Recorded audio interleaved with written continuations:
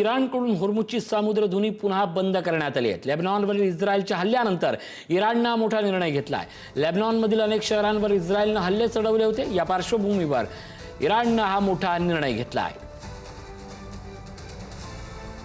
होर्मुझच्या सामुद्रधुनीच्या बाबत अमेरिकेने आज सकाळी युद्धविराम जाहीर केल्यानंतर फार मोठ्या आशा जगभरातच पल्लवित झाल्या होत्या। मात्र या निर्णयाला आणि नियमाला हरताळ फासत थेट इस्रायलने आगळीक केल्यामुळे इराणने हा कडक पवित्रा स्वीकारला आहे। होर्मुझच्या सामुद्रधुनीतून वाहतूक सुरळीत पार पडेल या संपूर्ण विश्वासावर जगभरातलं अर्थविश्व आज लक्ष ठेवून होतं। मात्र पुन्हा एकदा इराणने घेतलेल्या मोठ्या निर्णयामुळे जगातल्या अनेक अर्थक्षेत्राचं धाबत दण आणलं गेलंय। इराणकडून होर्मुझची सामुद्रधुनी पुन्हा बंद करण्यात आली आहे। लेबनॉनवरील इस्रायलच्या आज सकाळच्या हल्ल्यानंतर इराणचा मोठा निर्णय समोर येतोय। आपल्या सोबत सतीश ढगे सर जोडले जात आहेत। सर, आपण पाहतोय कशा पद्धतीने इराणने मोठा निर्णय घेतलाय। खरं तर नियमानुसार अशा पद्धतीने आगळीक होणार नाही हे अपेक्षित होतं, पण इस्रायलच्या या हल्ल्याचं पुन्हा निमित्त झालंय आणि पुन्हा होर्मुझची सामुद्रधुनी बंद करण्याचा निर्णय इराणने घेतलाय। काय सांगाल?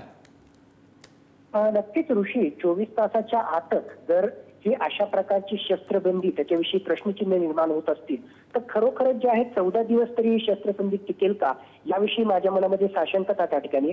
आणि खरा मुद्दा हा आहे की या सगळ्याच संघर्षामध्ये दोन महत्त्वाचे स्टेक होल्डर इराण आणि अमेरिका यांच्यामध्ये ते शस्त्रसंधी झाली, पण इस्रायल त्याचबरोबर अरब राष्ट्रांना या शस्त्रसंधीशी संबंधित चर्चा होताना कुठेही इन्व्हॉल्व्ह केलं नाही। आणि आता इस्रायलने तर अधिकृतरित्या भूमिका सांगितलेली आहे की लेबननशी संबंधित म्हणजेच हिजबुल्लाशी संबंधित आम्ही हल्ले भविष्यामध्ये सुद्धा चालू ठेवणार। म्हणजे याचा अर्थ इराण समर्थित ज्या दहशतवादी संघटना आहेत त्या भविष्यामध्ये हल्ले प्रतिहल्ले करणार आणि इस्रायल सुद्धा ज्या हल्ले प्रतिहल्ले करणार। याचा अर्थ वरकरणी जरी अशा प्रकारचा करार येणाऱ्या काही काळामध्ये झाला जरी, जी होण्याची शक्यता खूप कमी आहे, पण असा करार झाला तरी ही एक प्रकारे ट्रूस किंवा एक प्रकारे ही शस्त्रसंधी फार काळ टिकेल असं त्या ठिकाणी वाटत नाही। मुळातच ज्या 10 कंडिशन इराणने ठेवलेल्या आहेत त्या 10 कंडिशनशी संबंधित सुद्धा खूप मोठा विरोधाभास हा अमेरिकेच्या 15 पॉइंट डील आणि इराणच्या 10 पॉइंट डील मध्ये आहे। युरेनियम संवर्धनाशी संबंधित असो, त्याचबरोबर एकूणच इराण समर्थित ज्या संघटना आहेत त्याच्याशी संबंधित भूमिका असो, होर्मुझची सामुद्रधुनी,